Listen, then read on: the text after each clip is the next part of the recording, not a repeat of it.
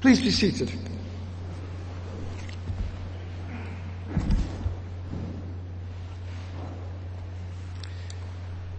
Today at this Muslim evangelism seminar, learning how to share the gospel with and win Muslims to Christ, let's start off by looking at the challenge of Islam.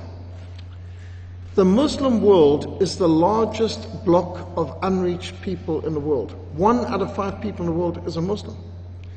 The Muslim world is the greatest challenge to the church and the greatest threat. The largest block of persecuting states that persecute churches are countries where Muslims are the majority, where they have Islamic government, Sharia law, for example, and where Christians are violently persecuted. So Islam presents the greatest threat, the greatest challenge, and also the greatest need in the world. There's no part of the world where there is a smaller number of Christians than the Muslim Middle East. There's no part of the world where we have greater persecution, less freedoms, a higher human suffering index, and also where most of the terrorists and wars seem to come from. But it's where the church has done the least amount of work. In fact, in the year 2000, there were less than 3,000 missionaries worldwide focused on the 1.3 billion people in the world who claim to be Muslims. 3,000 missionaries to reach over 1 billion people. That's something like 3 missionaries for every million. Completely and utterly unworkable. In the 1040 window, which is missionary shorthand for the most unreached countries in the world, stretching across the North Africa, Middle East, South Central Asia, going from the Atlantic through to the Pacific Ocean, between the 10th degree latitude and the 40th degree latitude in the Northern Hemisphere, that missionary shorthand block, in there you've got well over 3 billion non-Christians, most of whom are Muslim. And you'll see North Africa and the Middle East are the largest block of unreached people in that area. When you consider the world, World A is where less than 50% of the people are evangelized, World B where at least 50% of the people are evangelized, and World C where at least 60% of the people claim to be Christians. We live in World C. But our concern is to reach worlds B and A would be the least evangelized areas. When you look at the majority religions by language in particular, you can see again the tremendous need. The 1040 window, North Africa, Middle East, South Central Asia, those are the most neglected, needy areas on earth. From the very beginning of Australia has been understood to have a primary missionary responsibility for Asia. You are so situated in the Southern Hemisphere and also in the Eastern Hemisphere to have primary responsibility for reaching the vast majority of people who are Muslim in Indonesia and all the way through Asia. Here you can see majority religions by country. Again, you can see in the 1040 window our greatest needs, and the one part of the 1040 window that's outside of it is Indonesia, your very near neighbor, which is the largest Muslim country on earth in terms of population. This map shows the darker the red, the less the percentage of evangelicals. The brighter the yellow, the higher the percentage of evangelicals. And so again, you can see the need in the world is primarily in Asia and in the 1040 window. When you look at the most unevangelized countries, now here you've got the countries, the top 30 countries with the smallest percentage of evangelicals. And so on your left, you'll see countries, the 30 countries with the smallest percentage of Christians, and on the right, the countries with the smallest percentage of evangelical Christians. Notice the green, the Muslim countries are our biggest challenge. In many cases, we've got less than 1% evangelicals, sometimes 0.1% or less. You'll notice there's also the Buddhist countries, Cambodia, Mongolia, Thailand, which are not too far from you and your responsibility. You can see the desperate needs in the Muslim and Buddhist world. But today we're focusing on the Muslim world. Just from an African perspective, here you can see by the brightness of the yellow where we've got the highest percentage of evangelicals, and the darkness of the red where we've got the least percentage of evangelicals in Africa. This gives you an idea of our mission field closest to us in Africa. Here we've got percentage-wise where Muslims are the majority, the whole of North Africa. 40% of the population of Africa are Muslim. 17 of the 55 countries in Africa are majority Muslim populations. Every one of them persecutes the Christian church or severely restricts them. And Muslims are very aggressive, they're very confident, they're very optimistic that Islam will dominate the world. We're seeing a world war of worldviews, and the biggest competitors would be secular humanism, Marxism, Christianity, and Islam. These are the great competing worldviews that are battling for the soul of our continents. The challenge of Islam. When we started Muslim evangelism, and I've been involved in Muslim evangelism the whole 40 years I've been a Christian, and all 37 years I've been involved in missions, and I've had the privilege of being trained by some of the finest Muslim evangelists in the world, like Gerrit Niels, founder of Life Challenge Africa. I've had the chance of traveling with and being at debates by John Gilchrist, a lawyer in South Africa who's been very effective. He debated effectively and beat Ahmadiyat. Ahmadiyat tried some nonsense with him, and because Gerrit Niels is a lawyer, he took him to court and won. Ahmadiyat has never tried to cause any trouble with him again. When it came time for Josh McDowell to have his classic 1981 debate with Ahmadiyat, he contacted John Gilchrist, who trained and prepared Josh McDowell of Campus Crusade for Christ for a full year in Islam for his debate, which was held in Durban, and I had the chance to hear the whole debate, absolutely staggering and stunning, tremendous. And later I hitchhiked up to Johannesburg and heard Josh McDowell for 5 days in a row lecturing in the great hall of Wits University, the Witwatersrand University, packed out, and giving the evidences for the resurrection, for the scriptures and so on. Well, Gerrit Niels, I had the privilege of going with him door to door, Muslim evangelism in the Malay Quarter in Cape Town, and hearing him night by night, sharing in Muslim living rooms, discussing with people the parables of Christ, and seeing him able to lead Muslims to Christ. Very effective. He's the author of Christians Ask Muslims, Christians Answer Muslims, The Great Commission and Muslims, and a whole lot of other tremendous resources. The most effective Muslim evangelism work in Africa is Life Challenge Africa, which is now part of SIM. It used to be Sudan Interior Mission, now it is Society for International Missions. But I can praise God that most of what I can tell you about Islam, I learned being apprenticed and mentored by these veterans in Muslim evangelism. When we start in Muslim evangelism, the first thing we should do is look at what do we agree on. Are there points of agreement that we can begin with? Always good to begin with points of agreement. Well, Christians and Muslims do agree that God created the world and all that's in it, as well as heaven and hell. God is all-powerful. He knows everything. He is everywhere all the time. We don't need to argue about the existence of God or the truth of creation when it comes to dealing with an Orthodox Muslim. Muslims and Christians agree that God has revealed His will to mankind through certain prophets. We may disagree about the names of the prophets and identity, but there's no question that God makes His will known. God has given us laws which should govern our lives and prevent us from doing wrong. Muslims agree with that. God will judge all people. There is a day of judgment coming. Some will be permitted to go to heaven, while all others will be doomed to hell. So these are points of agreement. Muslims are often surprisingly our allies in opposing evolution. We can be on a university campus debating evolutionists, and we find support coming from the Muslim students, and that is appreciated. Also, when we are arguing against atheism or pornography, gambling, blasphemy, abortion, we found surprising support in university campuses from the Muslim students. We found Muslims joining us in our marches against blasphemy, our marches against pornography, and our marches against abortion in South Africa. The Muslims have been our allies. Interestingly enough, I have even been on Muslim radio stations as their guest speaker to speak on these very issues, like Radio 786, which is biggest Muslim radio station in South Africa. And they've had me in studio for hours presenting the Christian case against blasphemy, pornography, abortion, evolutionism, atheism, communism, because they are our allies on those issues. So this is a strange thing, that the biggest enemy and persecutor of the church in the world is also our ally on some battles against secularism.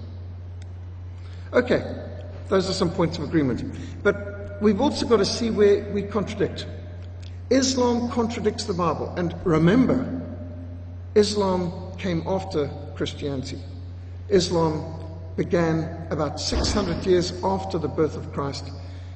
The Quran came decades, centuries after the Bible was revealed. And therefore, the older supersedes the younger. And when Islam continually points to Christianity as its foundation and as its vindicator, well, Christianity does not need Islam to have any authority, but Islam claims that it is the continuation, the confirmation, and the fulfillment of Christianity, and Judaism even. Still, Islam contradicts the Bible. A lot of the Quran is made up of Bible stories. They talk about many of the same people. Jesus, Mary, Moses, Noah, Abraham. But in many cases, they miss the complete heart of the message, whether it's the Passover, and there's no mention of the Passover lamb. They've completely missed the heart of the Exodus. They deal with Noah, they miss the heart of the message. They deal with Jesus, they miss the heart of his gospel. But nevertheless, they've got a lot of those stories. They believe in Jesus, but he is no more than a prophet. He is Nabi Isa, the prophet Jesus. He was not the Son of God, they'll say expressly. Jesus was a good man, holy man, but he is not divine. They reject that he is divine. They deny the Trinity, although to be fair, the word Trinity does not appear anywhere in the Quran. And sometimes you'll get an English translation of the Quran which says Trinity, but it does not say that. In Arabic it is, say not three. It would be better for you. And the context is, say not that there are three gods. So nowhere does it deny what we believe, which is the one God, eternally existent in three persons. The doctrine of Trinity is not actually denied in the Quran, although many Muslims think it is, but it's saying there are not three gods. Well, we don't believe in three gods. I don't think there's a Christian on the planet who believes in three gods. So the say not three is plain from the context, denying that there is polytheism, that there's three gods. But anyway, Muslims deny the Trinity. And notice, we've got to remind them what the Trinity is: Father, Son, Holy Spirit. The Quran actually understands that Christians are believing in three gods: God, Jesus, and Mary. Now, where did they get that idea from? Well, the way Catholics behave and carry on, you could be forgiven sometimes for assuming that Mary is not part of the Trinity. And so there is this misunderstanding plainly there in the Quran that Mary is part of the Trinity, which of course is blasphemous to them, it's blasphemous to us, it's even blasphemous to Catholics. No Catholic believes that either. But this is just the misunderstanding of Muhammad. They also deny the cross. Muslims do not believe Jesus died on the cross for sinners. Now, interestingly, there's only one verse, one surah in the Quran that they base this on, and that is that Nabi Isa did not die on the cross, but it was made to appear so to them. So who did die on the cross? Well, the Quran doesn't say. But there are Muslims who will say Simon of Cyrene, the man who helped Jesus carry the cross. Others will say Barabbas died on the cross. Others will say Judas died on the cross. But the Quran doesn't say. This is just speculation from Muslim scholars. It's just one surah, one verse from somebody who wasn't an eyewitness, written 6 centuries later, and on this basis they tried to deny that Christ was crucified on the cross. The main motivation for Muslims denying that Jesus died on the cross is the fact they do not believe it is an honorable death for a prophet, and that Allah would not allow one of his prophets to die on the cross, such a shameful death. So it's not based on eyewitness, it's not based on testimony, it's not based on facts or investigation, it's not based on scripture, it's just a perception, it's a prejudice, it's a preference, it's the idea of Muhammad, and on this basis Muslims will say Jesus didn't die on the cross. Interestingly enough, that was the whole theme of Josh McDowell's classic debate with Ahmadiyya, the head of the Islamic Propagation Center International, in 1980 in Durban. And if you can get that recording or read the transcript of the debate, absolutely spectacular, as Josh McDowell dismantled him step by step, point by point, and it was so effective. There were many standing ovations for Josh McDowell throughout that debate, with I think about 4,000 people in this debate venue in Durban back in 1981. But Muslims say Jesus did not die on the cross, but it was made to appear so to them. But this is actually an awkward point, because if this is true, what the Muslims are saying, then Allah is the originator of Christianity through Him giving people the impression it was made to appear so to them. So there's Mary, the mother of Jesus. There's his followers, like John. And there's the people who knew him the best at the foot of the cross, and they didn't recognize it's not Jesus dying on the cross. And then when they saw him alive and believed he was raised from the dead, they propagate Christianity. And so Christians are propagating that Jesus died on the cross and rose from the dead on the basis of Allah making it appear so to them, which makes Allah the originator of the largest religion on earth, which they believe is false, which they've got a problem following this. John Gilchrist has a whole book dedicated to this. He's got a huge amount of study and debate with the Muslims on the basis of this one surah, and he totally dismantles their idea that Jesus did not die on the cross, but it's based on the most obscure surah. Most importantly, in many ways, Islam denies atonement. They see no need for an atonement or reconciliation of the sinner to God by means of the sacrifice of Christ or any other substitutionary sacrifice. So there's no salvation in Islam. There's no forgiveness of sins. There's no atonement. There's no blood atonement. There's no means of reconciling a guilty sinner with a holy God. So how can a holy God allow you and I, sinful people, to come to his holy heaven? How can we, as wicked people, in violation of God's law, find any kind of reconciliation with God? Islam does not have an answer to that. The Quran further contradicts the Bible on a matter of basic facts, points. The Quran has so many Bible stories like Noah and Moses and Abraham and Jesus, but they distort and misunderstand these. For example, Noah had only one son and he drowned in the flood, which creates a major problem. I mean, where did we come from if Noah's only son drowned in the flood? A serious problem. The father of Abraham in the Quran is Azar, not Imran. Moses in the Quran is adopted by Pharaoh's wife. Now, this is an interesting point, because while the Bible's clear that it was Pharaoh's daughter that adopted Moses, we've got a Bible exam that we run past people who are coming to our camps and courses, and one of the multiple choices, who rescued Moses and adopted him, and we've got Pharaoh's daughter, Pharaoh's wife, and so on. And most people put Pharaoh's wife. And the reason is Hollywood, in this Prince of Egypt film, had Pharaoh's wife instead of Pharaoh's daughter. And the reason they gave for it, Spielberg actually said that the reason they did that was to appease the Muslims, hoping more Muslims would come and see the film. Well, Muslims weren't interested in seeing a film about the Prince of Egypt, about Moses. I mean, why? So only Christians went to see it anyway. But unfortunately, there's a whole lot of Christians who obviously watch films more than they read the Bible, and therefore you've gotten, entering into the younger generation of Christians, it was Pharaoh's wife instead of Pharaoh's daughter. But these are the kind of mistakes you get in the Quran. Here's another one.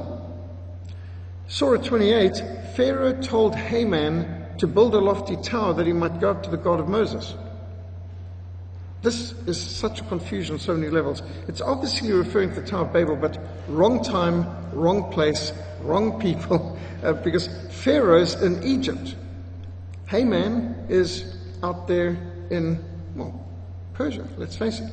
And so they've confused what happened in the time of the book of Esther with what happened in the time of Moses. This often happens.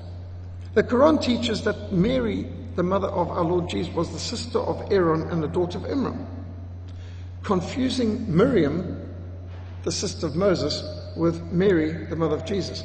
It's understandable if you're traveling with camel caravans and sitting around the campfires sharing stories with Christians, Nestorians, various people that comes, Zoroastrians and others. There's all kinds of elements of Zoroastrianism and Christianity in the Quran. And Muhammad must have forgotten or confused some of the stories. And sadly find that. But bear in mind, the Quran is not meant to be the work of Muhammad. According to Muslims, the Quran is eternal. It's eternally existed in the heavens, and every word comes from Allah Himself, and it's come down through the angels, perfect, and so on. So how do they explain the mistakes? Well, they can't, except that the Bible must have been corrupted, except for the fact that the Quran says the words of Allah cannot be corrupted, and that not one word of Allah can be lost, which is a bit of a problem because the Shiites claim, the Shiites are the second largest bloc of Muslims after the Sunnis, the Shiites claim that the Sunnis have destroyed over 24,000 surahs. 24,000 verses have been deleted from the Quran by the Sunnis, which in fact probably did happen because they actually went on absolute, the Caliph Uthman went on a binge destroying every Quran in the world because there were so many versions of the Quran to produce one authorized version on pain of death. Every Quran had to be surrendered. They were all destroyed, and then he produced one authorized version. They destroyed every manuscript that there was. Even in the lifetime of Muhammad complained there were 7 different versions of the Quran in his lifetime. Now that wasn't a written version because they were doing it by reciting. They had to memorize it. But he was complaining that there were 7 different versions of the Quran in his lifetime, and it became even worse afterwards. So the third caliph after Muhammad, the Caliph Uthman, said enough already, and so he destroyed every other Quran. And the Shiites, which is the majority religion of, for example, Iran, they still maintain to this day, during that time, the Caliph Uthman destroyed 24,000 of the verses of the Quran. Nevertheless, there's mistakes. How do they explain the mistakes? The Bible must be corrupted. The trouble is we've got all our manuscripts. We've got over 5,000 Greek and 15,000 other ancient manuscripts of the Bible. And we've got manuscripts such as from Dead Sea Scrolls dating back to the 1st century and the 1st century BC, and even going back several centuries before Christ. And we've matched them up, and there's no significant difference whatsoever between the manuscripts that are older and the ones that are newer. Over thousands of years, they were transcribed exactly and perfectly. And so we've got Bibles, complete manuscripts, long predating the Quran, which are accurate. And therefore, if there's a mistake, it's got to be in the newer, not in the older, obviously. Okay, that's a bit of points of agreement and contradiction. Let's get into Islam itself. First, we've got to look at what they believe. These are the 5 fundamentals, or the 5 basic beliefs of Islam. Then we look at the 6 pillars which deal with the practices of Islam, what they've got to do, starting off with what they believe. To be a Muslim, you must believe in one God, Allah. Allah has been documented by Islamic scholars like Robert Morey to be the pre-Islamic deity, the moon god. Now Allah was the name, and you can go to the British Museum in London, and they've got a statue of the moon god, plainly in Arabic written there, the name Allah. And Allah was a name known before the time of Muhammad, and some Muslims will deny this, but Muhammad's father and grandfather have Allah in their names, that they Abdullah, the servant of Allah. And therefore, we know that Allah is a pre-existent name to Islam. We've got enough manuscripts and archaeological evidence. But not only that, the Kaaba, the big black box that they're all bowing down to in Mecca, had hundreds of idols in it. And when Muhammad came to Mecca with a military force from Medina and conquered it, He cleansed the Kaaba, he took all the idols out, but he only left one idol in, and that was a piece of the moon, a meteorite, a piece of rock that fell from the sky, which they believe is a piece of the moon, and which the people go past and they kiss. Now this black rock, this meteorite is believed to be part of the moon, and that represented Allah. So in some cases, there are, not every, but there are some students of Islam who say that Islam is not truly monotheistic, because what they've done is gotten rid of all the other idols of polytheism and they've retained only one idol. It's a minority opinion, but I mention it for what it's worth. At any rate, to be a Muslim, you have to believe in one God, Allah. I'd need to warn you here that we as Christians should not use Allah to describe Yahweh or Elohim of the Bible. Yahweh is not Allah. And when you get in Hollywood films some Muslim terrorists screaming Allah Akbar, and then in subtitles have got underneath it, God is great. That's not correct. They should have Allah is, because Allah is not the God of the Bible. He is not the same God that Christians worship. And there's a big difference between Allah and God. And I think that missionaries who have translated God in the Bible, Elohim or Yahweh, as Allah in the Arabic Bible, have done a tremendous disservice. And there's a lot of us in missions today who believe that we cannot use the term Allah when referring to God, because Allah has got too much wrapped up in this pre-Christian, pagan, idolatrous image of the moon god. And also the concept of Allah as described in the Quran is very capricious. The Allah of the Quran is capricious. The God revealed in the Bible, from the burning bush to Noah, all the way through the Bible, is a covenant-keeping God. The God who revealed himself to Abraham is a God who even swore by himself to uphold the covenant.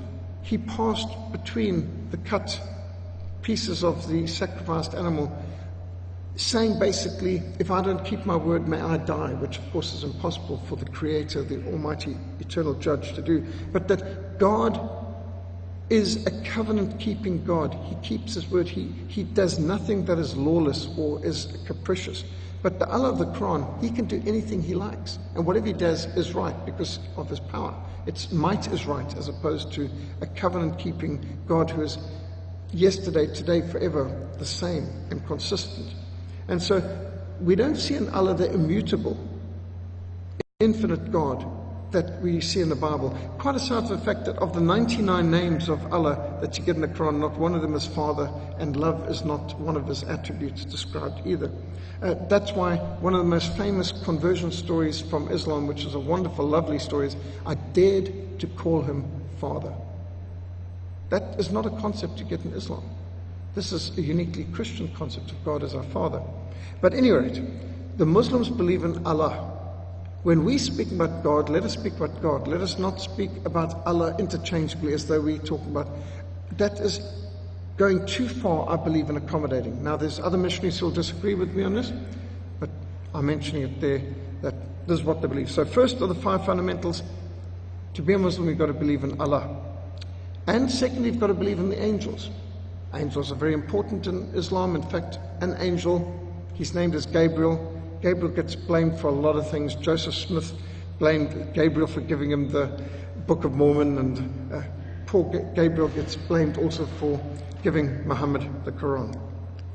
And then, most importantly, Muslims must believe in all the revealed books, and these are named: the Torah of Moses, the Zabur of David, the Injil of Jesus, and of course, the Quran. The final testament, as they're often called, or the last testament. We've got billboards up in Durban and South Africa where it will say, read the Quran, the final testament. You know, you get the Old Testament, you get the New Testament, you get the final testament. They're wanting to put the Quran as the capstone in this lineage. The Quran claims to be built upon the Old and New Testaments, the Bible of the Christians, and it's built on that solid foundation. Now, what they've done is, it's as though they're on the outer end of a limb of a tree, and they're claiming that the Bible supports everything they teach. In fact, it even says, ask the Christians, ask the people of the book, and they will confirm to you what I say. And so Muhammad, in nowhere in the Quran does Muhammad suggest that the Christians are wrong and that the Bible has been corrupted or that the Bible isn't true. It claims that they are going to confirm what Muhammad says. And therefore, you should go to the Christians and they will confirm what I'm saying to you. Which, of course, we cannot. Which is why Muslims today have to say that, well, the Christians have corrupted and changed the Bible since the days of Muhammad, which historically we can prove to not be so. At any rate, the Torah. Most Muslims would understand this to mean the whole of the Old Testament. Those who've been trained by Ahmadiyyat would insist this only refers to the first 5 books of the Bible, the Torah, the Pentateuch of Moses. Nevertheless, we can work with both. The Zabur of David, the Psalms, they would say that is the Word of God as well. David is highly revered. And the Injil, the Gospel of Jesus, which most Muslims would understand to be the New Testament, but those trained by Ahmadiyyat and Islamic Propagation Center International will want to limit it and say, no, we only accept the Gospels. We don't accept the writings of Paul. So if you're dealing with the average Muslim will accept what you read from the New Testament is the Injil.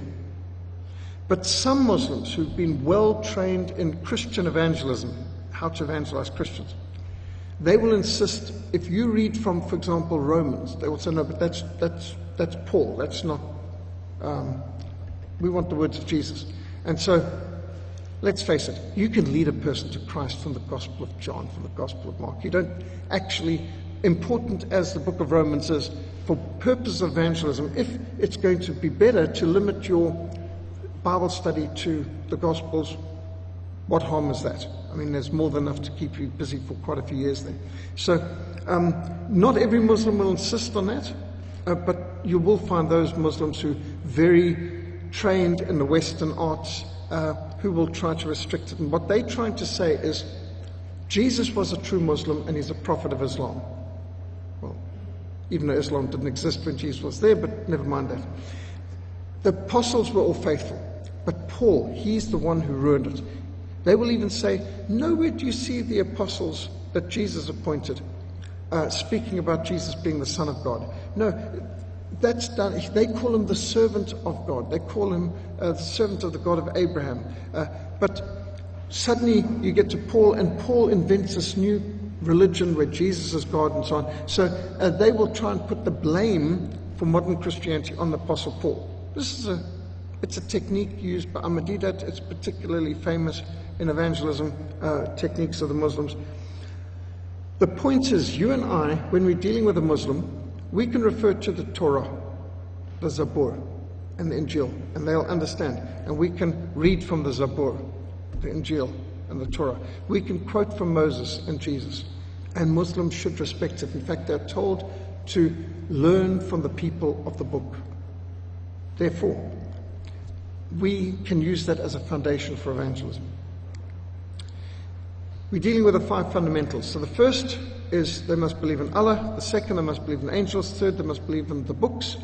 And fourthly, the prophets. They believe in the prophets sent from God. Muslims believe that 124,000 prophets have been sent to the nations, but only a few are mentioned by name. Adam, I wouldn't have thought of Adam as a prophet, but there we go. Noah, Abraham, Isaac, Jacob, Joseph. Joseph certainly is a prophet. If you think how he foresaw the coming famines and so on and prepared. Moses, David, Jesus, and spot the odd one out, Muhammad. So they believe in the prophets. In fact, to be a Muslim, you have to believe in Jesus. Muslims will say this. We cannot be a Muslim if we don't believe in Jesus. It's true, they must believe in Jesus as Nabi Isa, the prophet. But of course they don't believe in him as the triune God, the second person of the Trinity. Fifth fundamental, the fifth belief a Muslim must have in order to be a Muslim, he must believe in life after death, which includes a very fatalistic predestination and the coming last day of judgment, which will determine whether a Muslim reaches paradise or hell. Now, there when I use the word predestination, it's an abuse of that even. It's total fatalism. You've heard of inshallah, will of Allah. And so Muslims can be terribly fatalistic, which has been documented in history to have militated against progress because they've got such a fatalism that often you don't see this attempt to do what Christians have been inspired to do, to often find the cures for these diseases and all the rest of it.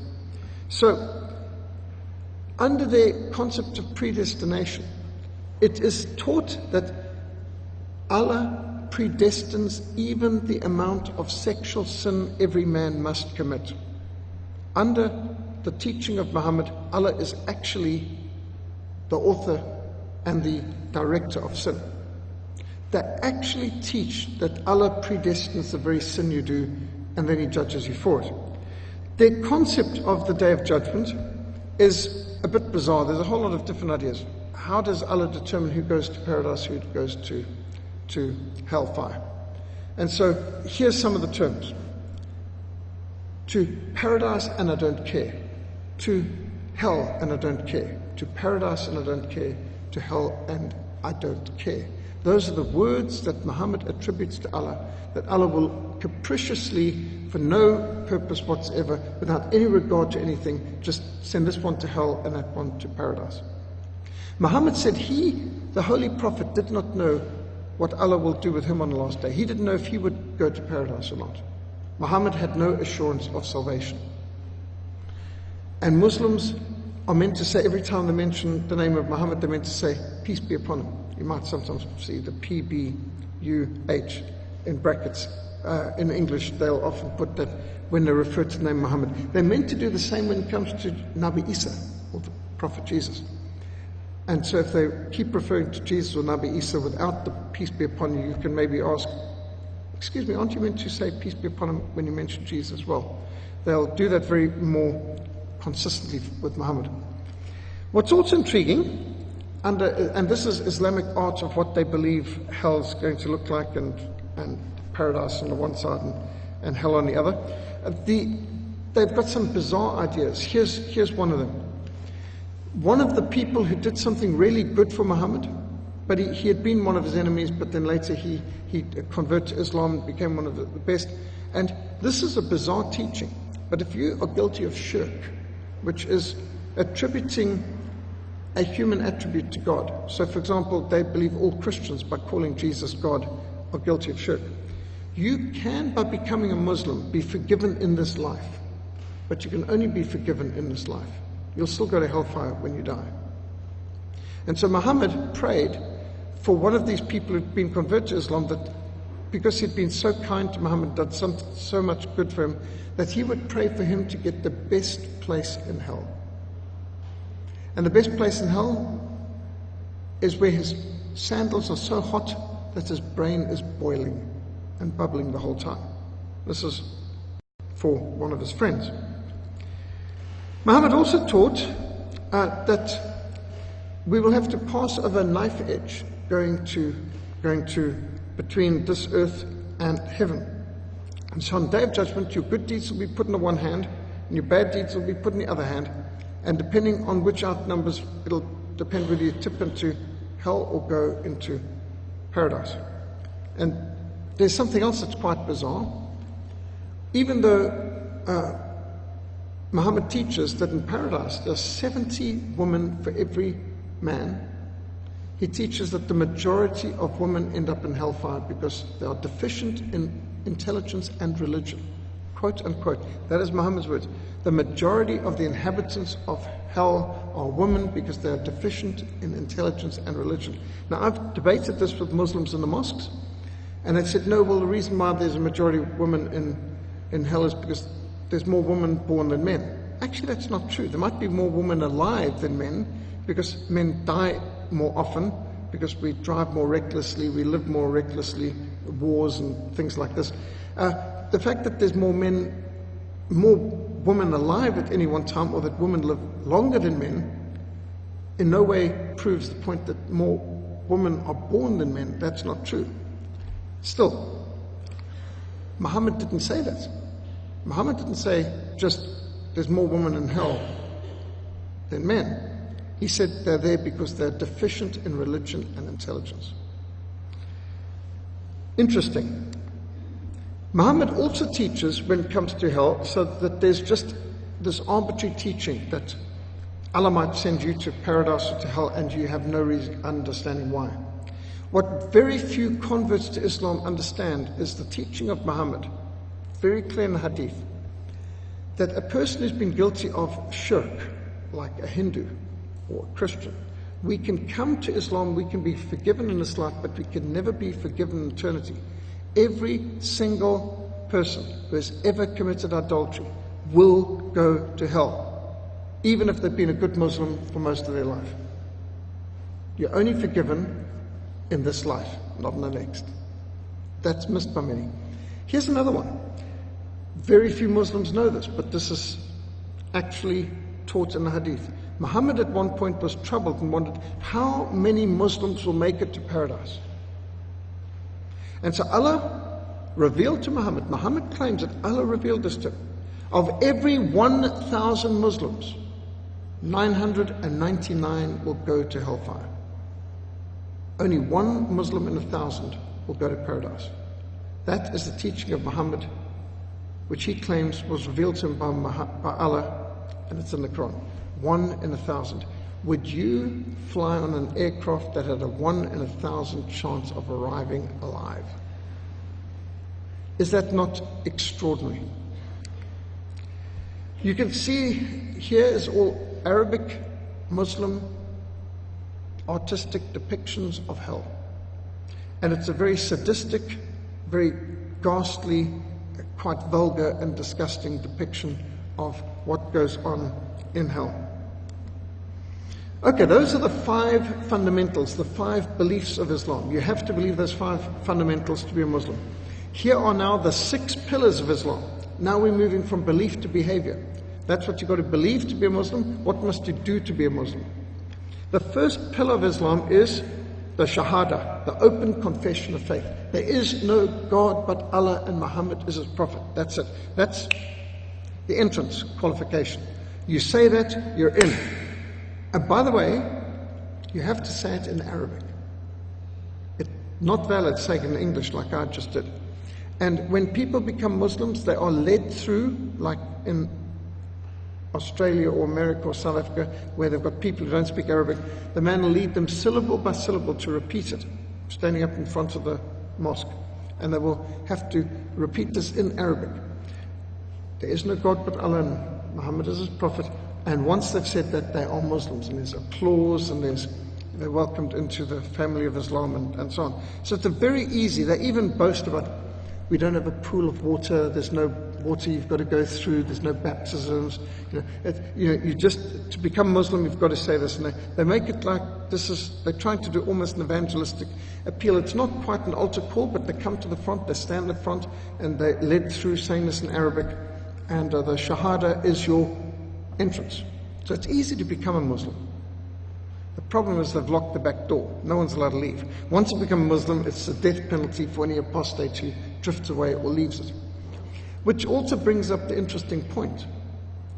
No Muslim is allowed to have fellowship with, shake hands with, be polite with, sit down to eat with a person who's an apostate. A person who used to be a Muslim, who for any reason drifts away or fails to continue to be a Muslim, even if he just fails to maintain the 5 daily prayers towards Mecca, he is an apostate and you must treat him as an enemy.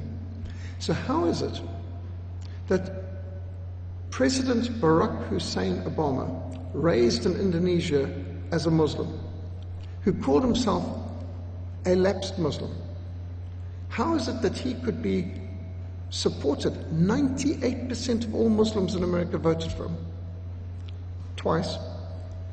How is it that he could be received by the King of Saudi Arabia and welcomed and feasted by Muslims from Indonesia, all over the world, Pakistan and so on, if he was a lapsed Muslim? If he is an apostate, no Muslim on earth should be able to have any polite fellowship with him at all.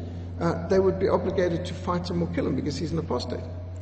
And so this is why many Muslim friends of mine, such as in Egypt, Sudan, northern Nigeria, claim Barack Hussein Obama was obviously a Muslim all along, and he is engaging in deception, which is commanded in Islam, that you must deceive if it's going to advance the cause of Islam, and that he was obviously a secret Muslim, and all Muslims knew it, and he is advancing the cause of Islam, and therefore that's why they still supported him, even while he claimed to be a Christian lapsed Muslim, which would equal apostate. Anyway, 6 pillars of Islam. First pillar is the Shahada. There is no God but Allah, and Muhammad is his prophet. Second, the 5 daily prayers, the Salah, which is a bit of aerobics. You bounce up and down on the carpets, and this Salah, 5 times a day, it's got to happen way before the sun rises, through the time until late at night. So you will hear if you've got a minaret nearby you and they've got the megaphone going, which actually is a bit of a intimidation technique. I don't see their prayers as prayers at all.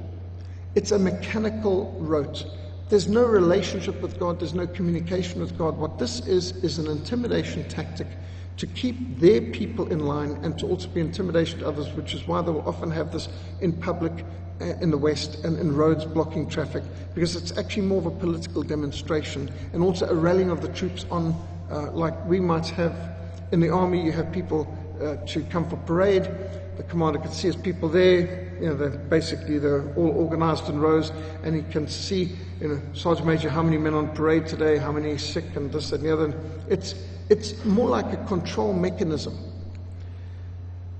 They say the same thing 50 times a day. And this is meant to be, they're called prayer, but it's not prayer the way we understand it. Thirdly, speaking about the 6 pillars of Islam, the practice of Islam, the keeping of the fast during the full month of Ramadan, the Sawm. But Muslims are allowed to eat and drink from sunset to sunrise. So they fast during the day. To be fair, this is something which many Muslims find very hard. In fact, a lot of Muslims leave the Muslim Middle East and they go to Britain or something during the month of Ramadan to escape from it, because they find it so burdensome. Muslims get very irritable during this time. They often, for example, friends of mine in Egypt say that the school children won't dare to take any food to school, the Christians. Even though they're known to be Orthodox Coptic Christians, they'll be beaten at school if they bring out food. The Muslims are very angry, very bad-tempered during the month of Ramadan, because they're being deprived of food during the daylight hours. But they're allowed to feast themselves before the sun rises and after the sun sets. And I call the fast of Ramadan the feast of Ramadan. And in fact, to be honest, it's a time of gluttony. Muslims gain weight during the fast of Ramadan. That month, anyone who knows Muslims knows they eat more food, more quantity of food, they eat richer food, they have more of the desserts and everything than you'd ever have normally. And I've been with them when they've broken the fast. I've been there in the mosque, and there's a person up in a minaret, and the moment that sun touches the horizon, he calls out, and the people start to shovel the food down. And I mean, they eat and they eat and eat, and they'll set their alarm to wake up early before dawn to eat more, and they will really gorge themselves. This is a major, major time of overeating. Some of them get sick from it. They'll certainly gain weight during the so-called fast of Ramadan. The other thing that's so bizarre about this whole fast of Ramadan, if you deal with Muslims, they're the most self-congratulatory people on the planet. They're endlessly telling you how wonderful they are. We are more Christian than the Christians. We are more Jewish than the Jews, they will say. I've heard that so many times, it's nauseating. And they will tell us how during the fast of Ramadan, we cannot even swallow our spittle during the day. In fact, we cannot even engage in any sexual relationships with our wives during the daytime hours. To which I say, what do you normally do? Don't you people have work? And they are so completely self-congratulatory. The whole mentality is, we are just so great and wonderful. But anyway, that's the feast of Ramadan. Sorry, the fast of Ramadan. Fourthly, fourth pillar of Islam, the giving of alms, zakah. Now, this is nothing like tithing. This is nothing like Christian free will giving. It basically works out to 2.5% of your disposable income once a year. 2.5% of your disposable income once a year is nothing. That's nothing compared to 10% of all your income. But anyway, this is Islam, and they use the zakat to buy converts. I mean, you can see during these times, the people will come to the Muslim businesses and they'll very ostentatiously taking pictures and forcing people to confess the Shahada and so on as a condition. They'll be giving poor people some of their zakah. So it's very, very, very ostentatious. Jesus said, when you give, don't let your left hand know what your right hand's doing. Just be unostentatious, but don't blow a trumpet like the hypocrites do on the street corners, which is what they do. Fifth pillar of Islam, the Hajj, the pilgrimage to Mecca, at least once in your lifetime, provided you've got the means to do so. So this pilgrimage to Mecca, this is a major sacred journey. There's a way you've got to be dressed. You've got to, of course, do a whole lot of things. It's like going to Disney World. You've got to ride this and you've got to do that and you've got to end up with a gift shop. This is basically you could call it the first pyramid scheme. This is the ultimate pyramid scheme. Because do you have financial Ponzi schemes here? Mecca got in at the ground floor. They're now at the apex of the pyramid. Everybody, every single Muslim in the whole planet, of all the 1.4 billion people in the world who claim to be Muslims, must invest in the economy and service industries of Mecca. I mean, imagine, if to be a Baptist, you've got to travel to Bedford in England. I mean, imagine if to be an Anglican, you've got to pray towards Buckingham Palace and you've got to visit Westminster Abbey. Imagine if you had a religion like that you've got to invest in one geographic area physically. Imagine what this does to Saudi Arabian Airlines or the hotel industry in Mecca. And this is the tent city. It can accommodate 3 million people in air-conditioned tents in great comfort outside Mecca. By the way, it's empty most of the year. People have said about the Muslim migrants being caused by the war in Syria, why didn't Saudi Arabia take one of them in? Saudi Arabia didn't take in any Syrian refugees. They said, we can't take them in, they might be terrorists. But Europe and Australia and America must take them in. Anyway, this tent city is empty most of the year, but every tent is air-conditioned and it's very comfortable. And this is all part of the Disneyland Mecca Hajj experience, which is the ultimate financial pyramid scheme. It's really enriched Mecca no end.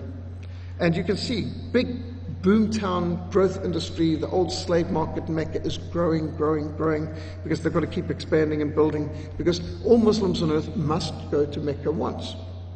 I mean, gee, imagine. Imagine if every Baptist in Queensland had to come to this church once in his lifetime, or something like that, It's just, and that's just local, but this is international. A Muslim in Queenstown must visit Mecca from Queensland. Sixth pillar of Islam is jihad. Now, some people say to me, I thought there were only 5 pillars of Islam. No, in the Muslim world there's 6 pillars, but in Western countries like Australia, they will speak about the 5 fundamentals and the 5 pillars of Islam, because they know Western sensibilities might get a little uncomfortable about this jihad business. So they just leave the 6th pillar off when they're dealing with Westerners, because, bit of deception. Okay. Very important for evangelism with Muslims. If we're involved in evangelizing Muslims, we should start with what we can agree on. And the first thing is, what does the Quran teach on Jesus? Now, this is all from the Quran. Most of it comes from Surah 19, Surah 4, Surah 5, some from Surah 43. But the Quran teaches Jesus is born of a virgin. So why are they making a big thing about that we're teaching something blasphemous, that Jesus was born of Mary? They believe Jesus was born of Mary without any male intervention. She is a virgin, it was miraculous, and he is holy and he is perfect. They believe in the same thing as what we're teaching as far as the virgin birth. So what's their big deal? Because they believe that Christians are teaching that God married Mary and had a child, which no Christian believes. They don't believe it. So why are they putting upon us what no Christian has ever suggested? They believe he's holy and faultless. Next question. Was Muhammad holy and faultless? No.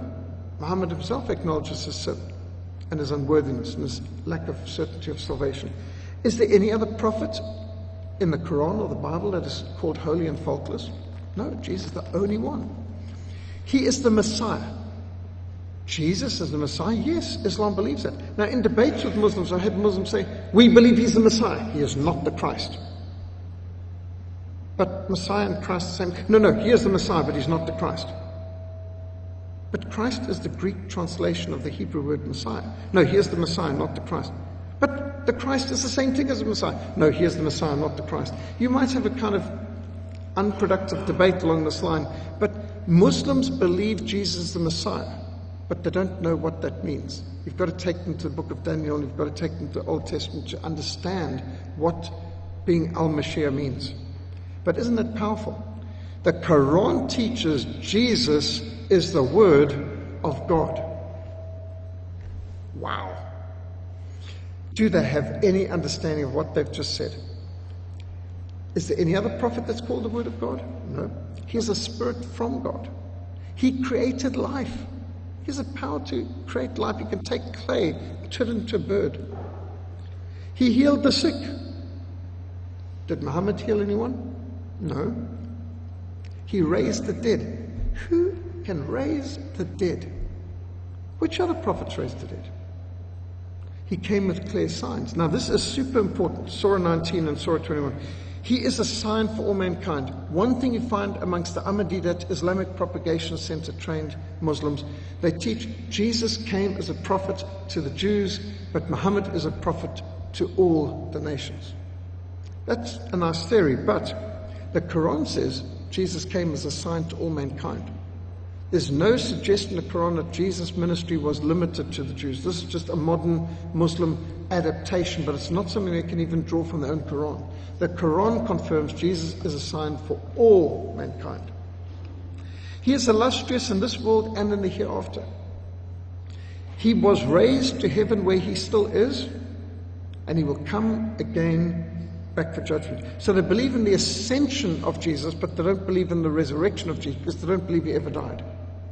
So, from the Quran, could you begin a conversation with a Muslim to lead him to Jesus just from the Quran?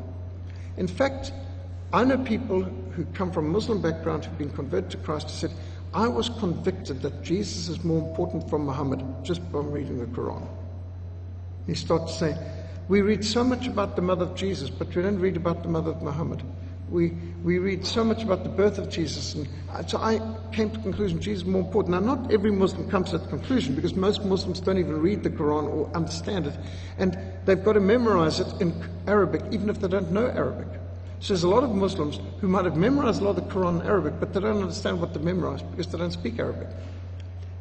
Islam is meant to only be valid in Arabic.